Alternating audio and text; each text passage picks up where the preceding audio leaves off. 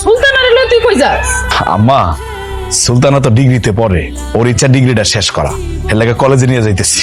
করবো ভালো কথা, তা একটাবারও তো তুই আমার কলি না। বলতাম তো আম্মা, ভাবছিলাম কি সুলতানারা কলেজে দিয়ে আইসা তোমার কাছে সবকিছু খুলে কইতাম। তুমি তো জানো সুলতানা কি একটা বিপদে পড়ে আমার মতো বিবাহিত পুরুষে বিয়ে করছে। এখন যদি তার কথাটা না রাখি, তার প্রতি অন্যায় হয়ে যায় না আম্মা? তার সাথে দেখি একেবারে ন্যায় অন্যায় সব বুঝে ফেলেছে। ঘরে যে একটা মা আছে তারে কিছু করার দরকার নাই। আর কোন নবাবের বেটি বিয়ে করে আনছো তুমি যে শ্বশুর বাড়িতে থেকে কাম কাজ বাদ দিয়ে পড়ালেখা করবো? আম্মা, আমার স্বামী চাষা বসা হইতে পারে, কিন্তু এই বাড়িতে একমাত্র আয় রোজগার উনি করে। সে যদি আমার পড়াইতে চায় তাতে আপনার অসুবিধাটা কি? তোর বউ কয় আমার অসুবিধা কোথায়? তোর বউরে ক ঘরের বউ বাইরে যে খিলখিল করবে এটা আমার পছন্দ না। তার মানে আম্মা, তুমি কি সুলতানের পড়ালেখা করতে নিষেধ করতেছো?